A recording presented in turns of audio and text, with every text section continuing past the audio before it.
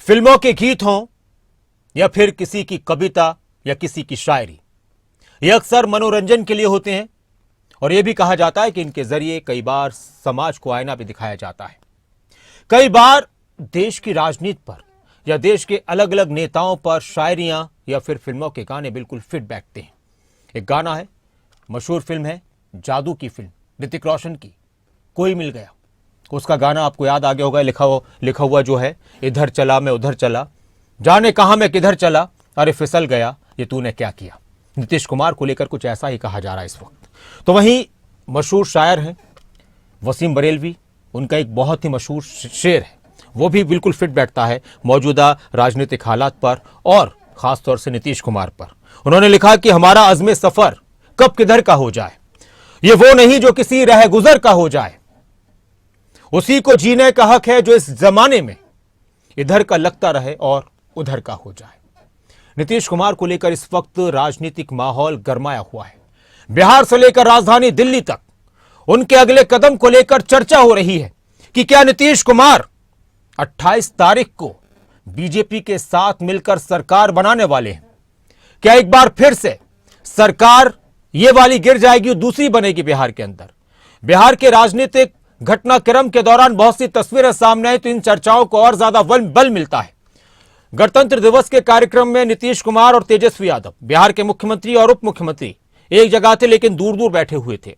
फिर राज्यपाल के यहां पर कार्यक्रम था, हाई टी का कार्यक्रम, तो वहां पर भी तेजस्वी यादव नहीं पहुंचे। उनकी जो कुर्सी थी वहां पर उस पर नेम उनका लिखा हुआ था, नाम लिखा हुआ था, तो उस चिट को फिर हटाया गया, दूसरे नेता बैठे और इसके बाद चर्चाएं बहुत तेज हो चुकी हैं। बिहार का राजनीतिक माहौल गरमाने लगा है और इस गरमाते राजनीतिक माहौल के बीच तरह तरह के कयास लगाए जा रहे हैं और उन कयासों में काफी शक्ति नजर आ रही है। ये रिपोर्ट देखिए।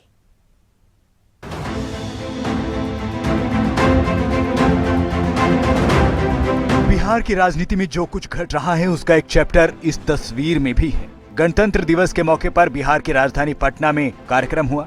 समारोह में सीएम नीतीश कुमार और तेजस्वी यादव दोनों पहुंचे। दोनों साथ साथ बैठे भी, लेकिन एक कुर्सी छोड़कर दूसरी कुर्सी पर। तेजस्वी और नीतीश कुमार के बीच दूरियां साफ दिखी।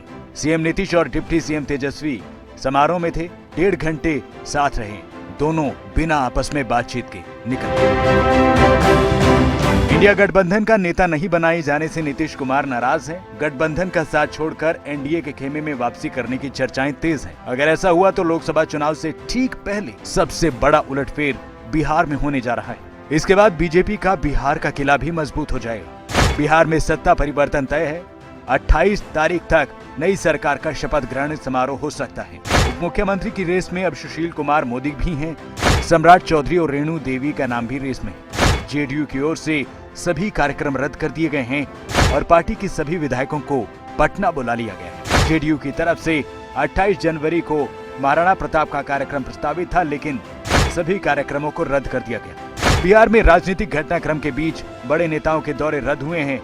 सीएम नीतीश कुमार को 4 फरवरी को झारखंड में जेडीयू की रैली स्थगित करनी पड़ी है और 4 फरवरी को पीएम मोदी बिहार में जनसभा करने वाले हैं, जिसमें नीतीश कुमार शामिल हो सकते हैं।